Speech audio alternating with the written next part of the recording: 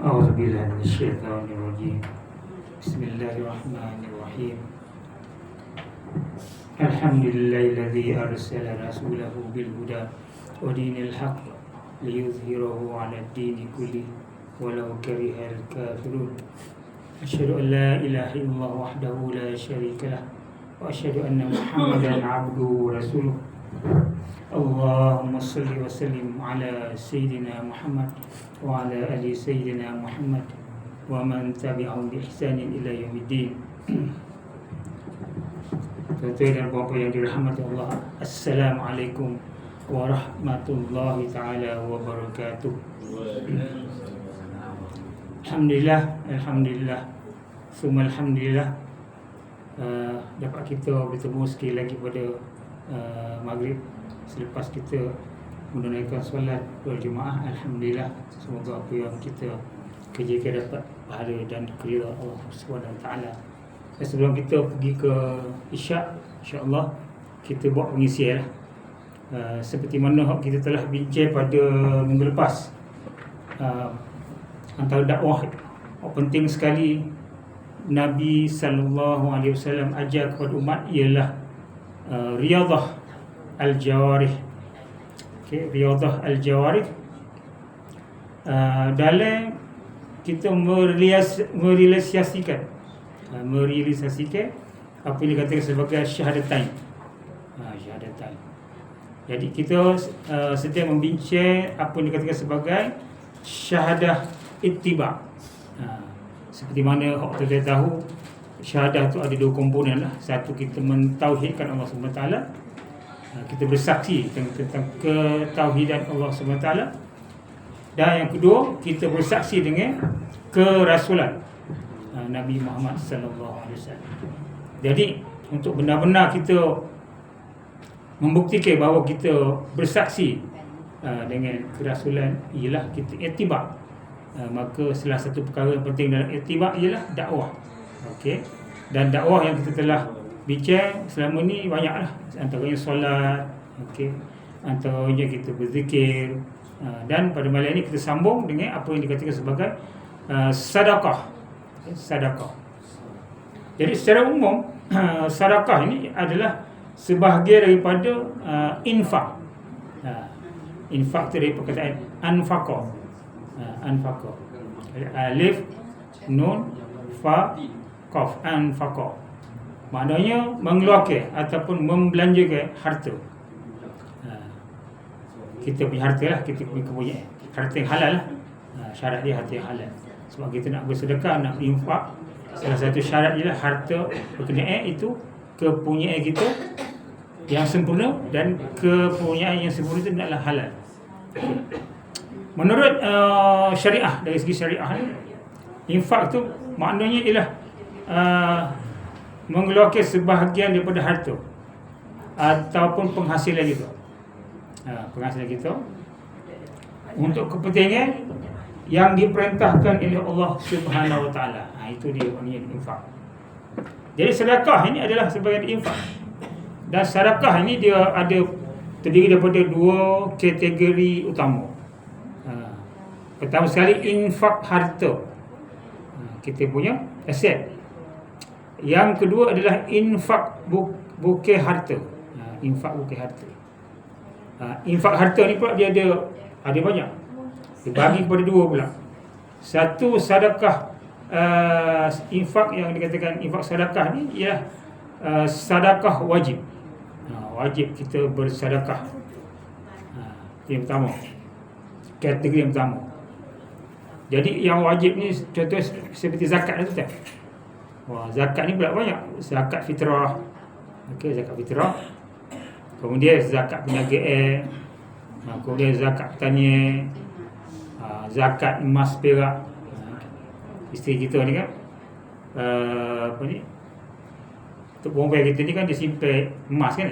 Emas dan perak. Jadi kalau lebih daripada haul, lebih daripada dia punya sukat, maka wajib dia berzakat. Dia diwajibkan. Ataupun pendapatan. Setengah negeri dia kata pendapatan ni tak wajib. Tapi kebanyakan negeri di Malaysia ni memfatwakan bahawa zakat pendapatan adalah wajib. Kemudian zakat simpanan. Zakat simpanan, zakat pelaburan, apa lagi, faedah pencen. Okay, faedah pencen. Ataupun kita jualan harta kita. Jualan harta kita ada kena sedekah dan sebagainya lah. Itu adalah sedekah wajib yang utama, zakat. Zakat fitrah dan zakat lain, zakat mal. Yang kedua nafkah. Nafkah. Itu sedekah juga tu. Maknanya nafkah ni perbelanjaan asas bagi kelangsungan kehidupan ahli keluarga kita, anak kita, isteri atau isteri kita, ataupun orang tua hok kita tanggung, ahli keluarga hok doa yang kita kena tanggung kan? Ini adalah apa yang dikatakan sebagai sedekah wajib, nafkah, dipanggil sebagai nafkah. Jadi dalam Al-Quran tu dia ada contoh dalam surah Al-Baqarah kan?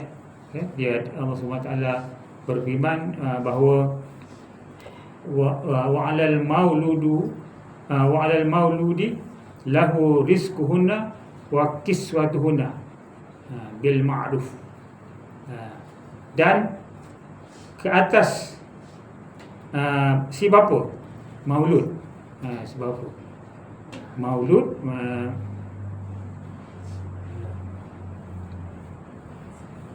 kalau maulid dia lain.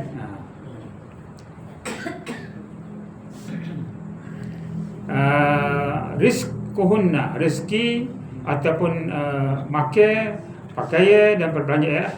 Wa kiswatuhunna, dia punya kiswah tu, dia pakaian, dia punya baju dan sebagainya.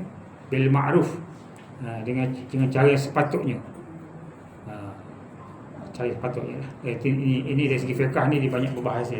Tapi dari segi akidah, ini adalah suatu benda yang wajib, orang kita tidak boleh abaikan. Maka banyak berlaku pengabaian ni tuan-tuan di dalam masyarakat kita ni, terutama sekali di masyarakat Islam, orang Melayu. Si suami mengabaikan dia punya tanggungjawab memberi nafkah zahir kepada keluarga dia. Itu satu dosa. Tiap-tiap hari kita mengabaikan nafkah tu, tiap-tiap hari lah kita mendapat dosa. Sebab hadis ini adalah perintah Allah SWT. Kemudian yang kedua, sedekah tidak wajib. Infak harta tapi tidak wajib. Contohnya minggu lepas kita telah sebut lah, bantuan kewangan, apa lagi, kita memberi pinjaman alat kepada orang lain misalnya kan.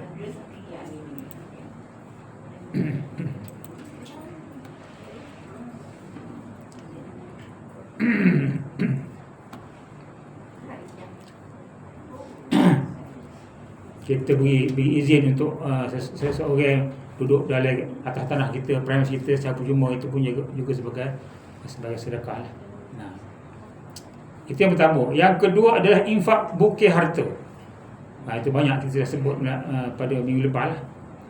Doa, ilmu, nasihat, kemudian kita beri masa kepada anak-anak kita, kepada anak murid kita, kita mentarbiah ahli keluarga kita, mentarbiah masyarakat tentang agama, kita bersabar, kita memberikan pengaruh yang baik untuk memberikan sesuatu yang positif kepada masyarakat, kita mencegah kejahatan, bercakap, berkecek dengan lemah lembut, okay?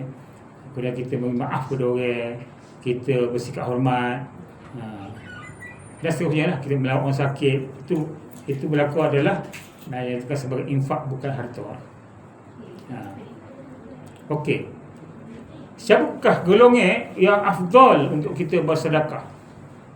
Okey, dalam Al-Quran, dalam surah At-Taubah tu, apabila Allah SWT merujuk kepada zakat, innamas sadaqatu lil fuqara'i wal masakin wal 'amilina 'alaiha wal mu'allafati qulubuhum wa fir riqab wal gharimin wa bis sabil dia ada 8 orang.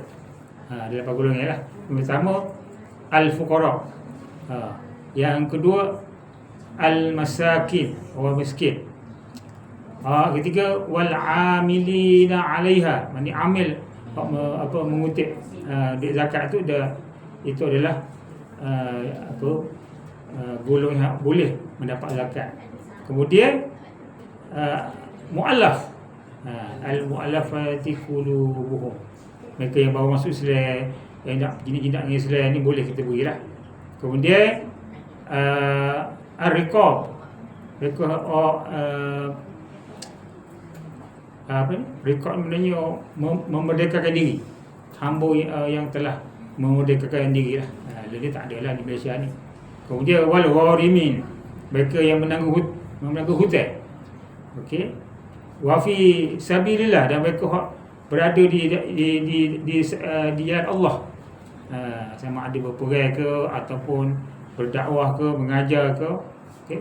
Wa bi sabil ataupun penuntut. Ini dari segi zakat lah, tuan-tuan. 8 golongan yang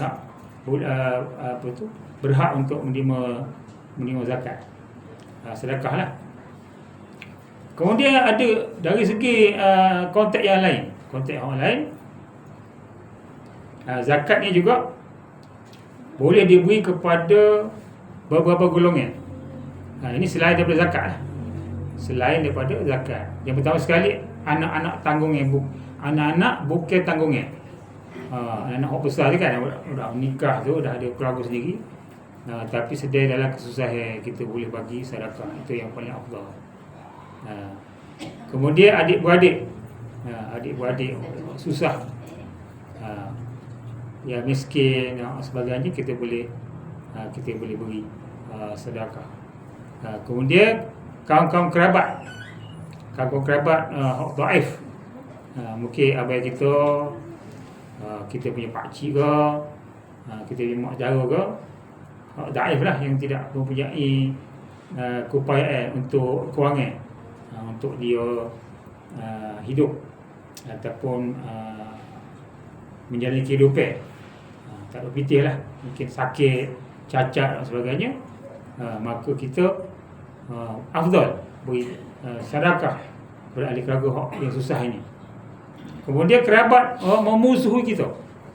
Ini ramai tuan-tuan. Di Malaysia ni berlaku pertelingkahan di kalangan ahli keluarga ni, adik-beradik, mak saudara, pak saudara dan sebagainya kan. Mereka dia bertelingkah atas sebab tertentu lah. Perkara kecil ke perkara besar tu, itu masing-masing. Ada bertelingkah dari segi harta benda, warisan, ada bertelingkah dari segi sepadan sepadan tanah. Okay. Ada bertelingkah dari segi pemilikan kereta, pinjaman bank, macam-macam lah. Maka kerabat musuh kita ni, Rasulullah SAW menganjurkan kepada kita ni supaya kita bersedekah kepada mereka. Maknanya orang yang bersedekah ni orang yang lembut hati lah, dia mengalah. Al-afdalu lil aqriba al-muaddi, maknanya sedekah paling afdal, yang utama ialah diberi kepada kaum kerabat terdekat yang bersikap memusuhi kita. Jadi kita di rumah dia, kita bersilaturahim, sama dia terima, itu lain cerita lah. Kemudian kita bersedekah, bagi pitih ke apa dia. Sebab seorang yang bersedekah kepada kerabat bermusuhan ni bertujuan untuk mereka tidak lagi bermusuh kita lah. Agar hati mereka menjadi lembut dan mereka khabar tentang risiko bermusuhan ni. Ataupun kita boleh sedekah dengan saing-saing kita tak berapa hubungan kita tak berapa comel lah. Atas sebab tertentu kita bermusuh dengan dia, kita pergi rumah dia, kita bawa pisau ke satu tandan, okay? Ataupun bawa sebungkus satu beg pitih ke, isilah 100 dari itu bagi sedekah kat dia. InsyaAllah saya percaya hubungan kita akan pulih. Sebab apabila kita berselisih dengan saudara kita yang Islam ni, nanti di Yaum Mahsyar susah ni nak selesaikan masalah ni antara dua yang jadi sedekah ni ada satu senjata penting sekali untuk kita merapatkan silaturahim. Dalam satu hadis ada diriwayatkan bahawa kalau kita bagi sedekah untuk orang miskin, kita bersedekah untuk orang miskin, nilai sedekah itu hanyalah sedekah, kata. Nilai sedekah itu hanyalah sedekah lah. Ada satu nilai sahaja. Tetapi apabila kita bersedekah untuk kerabat ataupun orang yang memusuhi kita tadi, jadi dua. Satu sedekah, satu silaturahmi. Satu sedekah, satu silaturahmi. Jadi dia punya nilai tu lebih. Sebab seperti yang saya royak tadi lah, Islam ni sangat melarang umat dia untuk memutuskan tali persaudaraan. Dia satu dia haram, tidak dihalalkan oleh agama, kita memutuskan silaturahim. Jadi jangan tak usah berlaku lah. Ada seorang saing kita tu, saya bersaing lah, salah seorang saing kita, saya tu, dia kata, dia kecil kat saya, kalau kita tidak mahu berkahwin, tak nak kahwin dengan seseorang itu, jangan bermusuh. Dia kata, tak mahu kahwin dengan, tak apa, tapi jangan bermusuh. Jadi bersedekahlah apabila ada kerabat musuh kita ni, agar persaudaraan kita ni akan bertaut semula, berjalan semula. Seterusnya yang afdal untuk kita bersedekah ialah jiran orang susah. Jiran sebelah kita ni, yang dikatakan jiran ni, kalau ikut fiqh ialah 40 orang keliling rumah kita ni, jiran lah. Tengok kiri kanan kita kan, depan belakang ni, siapakah yang susah, maka afdal untuk kita bagi sedekah lah, apa-apa sahajalah. Bantuan persekolahan anak dia ke, ataupun beli ke basikal sebutir ke, nak pergi kerja dan sebagainya. Hadiah atas sebutir motosikal ke gitu, ataupun bagi bantuan kewangan dan sebagainya. Dia yang susah. Yang seterusnya, ahli masyarakat setempat susah, kita kena juga afdal untuk kita bersedekah.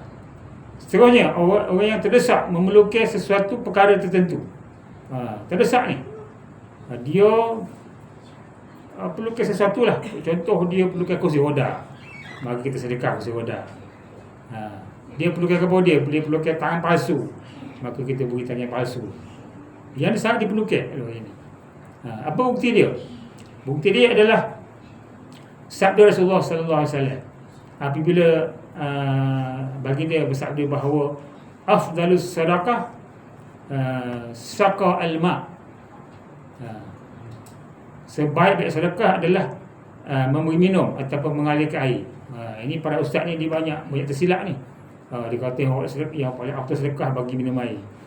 Di Malaysia ni orang tak air kan, air tu dah banyak dah. Air nanah, air tebu, air macam-macam warna saya tengok tepi jalan tu. Jadi bukan itu maksudnya. Hadis ni dia ada asbab nuzul. Ketika para sahabat dalam keadaan kehausan, dahaga, kehausan, tak ada air di padang pasir tu kan, panas, musim panas, maka datanglah hadis tu mengatakan bahawa yang paling afdal adalah meminum. Maknanya ketika itu paling diperlukan adalah air. Jadi bukan maknanya di Malaysia ni yang paling afdal sekali bagi minum air, bukan. Ialah bagi minum air itu sedekah juga. Tapi yang afdal yang dimaksud hadis ini ialah kita memberikan sesuatu yang amat diperlukan, sesuatu perkara yang amat diperlukan oleh si peminta tadilah. Kalau dia tengok kita berjiran tu contohnya kan, katalah dia sangat kesempitan nak ke satu kenderaan untuk pergi berkijau. Kita belilah kata motor kapcai tu boleh berjalan tu, kita boleh gerak tu, kita bagi sebutir. Contoh. Dan seterusnya lah. Okey. Kemudian apa pula? 5 waktu. Waktu-waktu paling utama bersedekah. Jadi ini kita kena usahakan lah. Yang pertama, waktu sihat. Waktu kita sihat. Maka masa kita sihat tu, nikmat kita besar. Kita boleh makan, kita boleh minum, kita boleh jalan dan sebagainya lah. Maka nikmat tu kadang-kadang kita lupa. Sebab terlampau sihat tu, kita pergi sana sini lah. Pergi makan nangis sana sini, pergi resort sana, pergi resort sini. Sedangkan kita meninggalkan barangkali sayang-sayang kita, ahli masyarakat tak makan di kampung kita misalnya kan.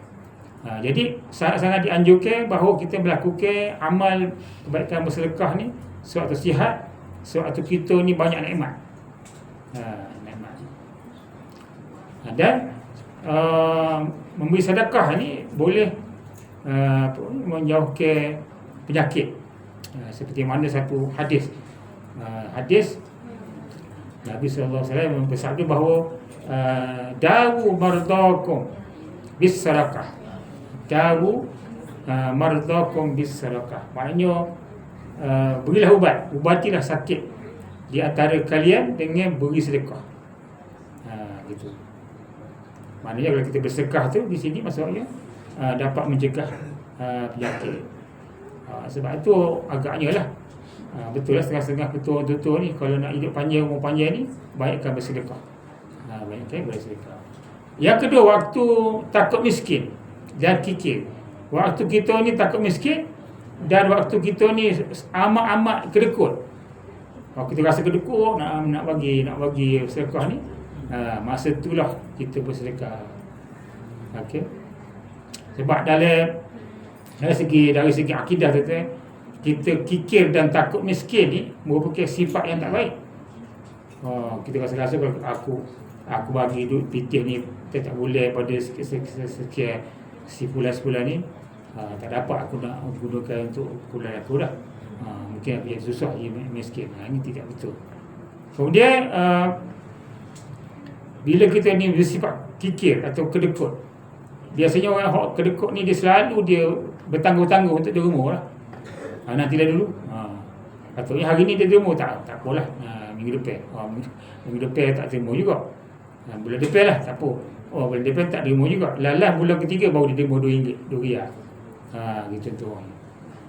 Maka waktu utama bersedekah tu ketika kita berasa berat sekali untuk kita keluarkan membelanjakan sesuatu.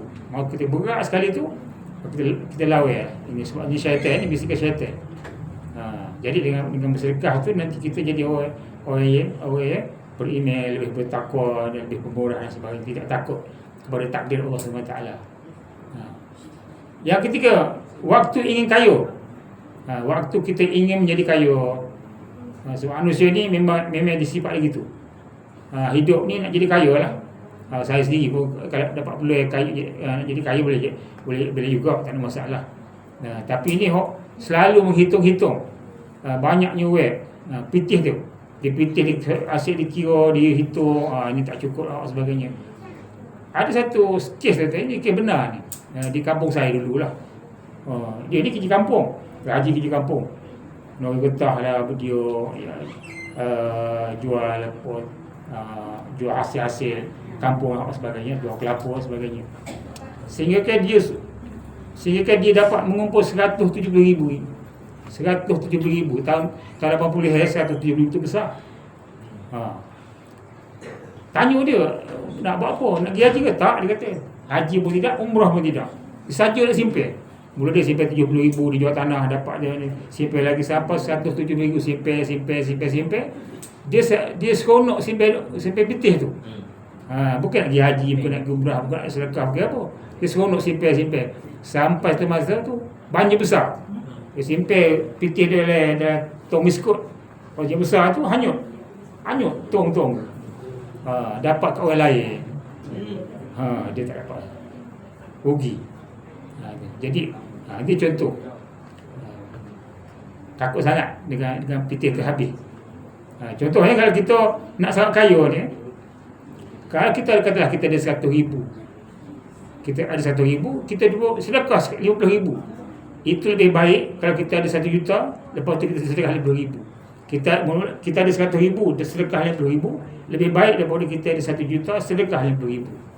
Maknanya ketika kita ni begitu terdesak, ataupun dalam kedudukan yang tidak baik, tapi kita bersedekah juga, itu lebih baik daripada keadaan kita selesa tapi kita bersedekah. Itu maksudnya. Jadi kalau kita rasa nak jadi kaya sangat tu, jangan lupa bersedekah lah. Jangan sampai kita ni terlampau ingin kaya, maka kita lupa bersedekah. Ada satu hadis jadi bukti ataupun dalil kepada dua perkara yang saya kecek di atas tadi tu kan. Nabi kata di hadis daripada Abi Hurairah mengatakan bahawa ada seorang lelaki mari jumpa Nabi sallallahu alaihi wasallam, dan dia tanya Nabi ni. Dia kata, "Wahai Rasulullah," dia kata, "sedekah apakah paling besar pahalanya?" Dia kata.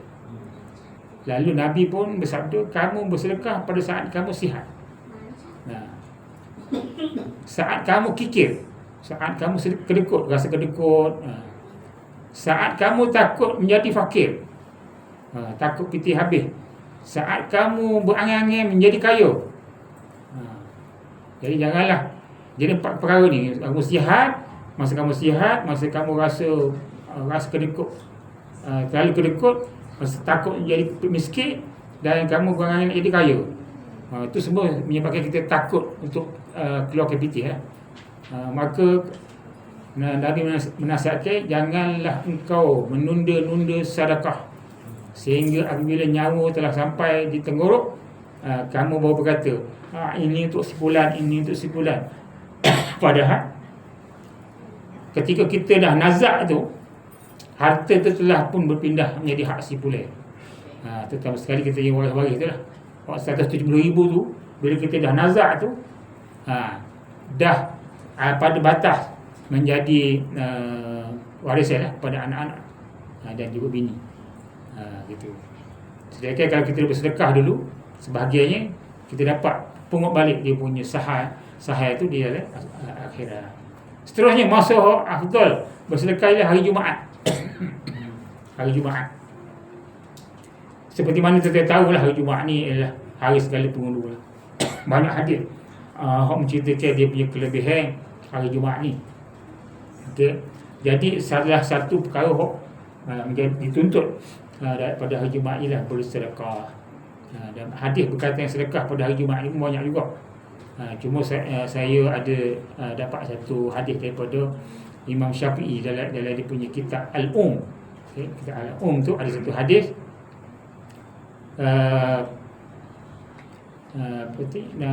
Imam Syafi'i membuat hadis ni, telah sampai kepadaku dari Abdillah bin Aufa, ini sahabat lah, bahawa Rasulullah sallallahu alaihi wasallam bersabda, perbanyakkanlah membaca selawat kepadaku di hari Jumaat. Maknanya hari Jumaat tu kita banyak selawat lah. Biasanya kita buat 100 hari lain, hari Jumaat kita gandakan. Sesungguhnya selawat itu tersampaikan, maknanya sampailah pada Nabi, dan aku dengar. Ini hadis ni sahih ke? Kalau kita selawat pada Nabi dengar, walaupun Nabi dah makamnya di Madinah, Nabi dengar. Lagu mana dia sampai, wallahu alam, itu adalah perkara kita patut kita wajib beriman. Dan Nabi bersabda, dan di hari Jumaat pahala bersedekah dilipat ganda. Jadi ini satu dalil mengatakan bahawa pada hari Jumaat itu afdalnya ialah bersedekah, sebab akan dilipat gandakan pahala dia. Dan terakhir sekali tu, sebelum kita berhenti lah, bersedekah ni selain pada hari Jumaat ialah pada pagi hari. Pada pagi hari. Jadi kita jadi keamalan lah untuk kita bersedekah setiap hari RM1, sekian, RM2 dan sebagainya. Sebab apa tuan-tuan? Pada waktu pagi ni, ramai orang yang kurang mampu ni, kalau di Malaysia ni kita tak pernah lihat. Saya pernah pergi ke Saya pernah pergi ke India, saya pernah pergi ke Pakistan kan. Pagi-pagi ni tu ada manusia tubik di rumah ni tanpa sesuap nasi. Tak ada makan ni. Dia pergi kerja, pergi ladang, pergi menggambar lembu dan sebagainya. Duduk di tepi-tepi jalan, di tepi-tepi gerai tu meminta belas ihsan daripada pelanggan-pelanggan yang makan itu, bagilah dia sekeping dan sebagainya. Ada tu di Malaysia ni mungkin tak berlaku, tapi di negara dia berlaku. Jadi waktu untuk memulai aktiviti yang paling afdal pada waktu pagi ni lah kita bersedekah lah. Sebab dia dapat meringankan sebahagian beban ni setengah-setengah orang lah. Ada setengah-setengah kampung tu, ada juga keluarga-keluarga orang tak makan. Saya di Kota Baru ni saya pernah tanya kan, ada juga keluarga orang tak makan. Makan sekali setahun gitu. Jadi kita bagi bantuan. Dan kemudian ada hadis mengatakan bahawa malaikat mendoakan mereka yang bersedekah pada pagi hari. Ini juga ada hadis daripada Abu Hurairah, hadis sahih mengatakan bahawa ketika hamba berada di satu pagi, ada dua malaikat yang turun dan berdoa. Ini hadis daripada Abu Hurairah. Ya Allah, berikanlah ganti rugi pada yang gemar berinfak pagi ni. Kemudian malaikat yang satu lagi berkata, ya Allah, berikanlah ke muflis, jadikan muflis ke atas mereka yang enggan bersedekah. Jadi kalau kita pergi ke surau, ke masjid pada pagi tu, pastikan kita ni berinfak sehingga pun tak. Jangan sampai macam kita lupa lah. Kalau kita sengaja tak berinfak tu, ada seorang malaikat yang mendoakan bagi dia ni muflis. Gitu. Konon-konon kita saya pitih tak nak sedekah, sebenarnya tak sedekah ni menjadikan kita muflis sebab didoakan oleh malaikat. Ni ada sahih tuan-tuan.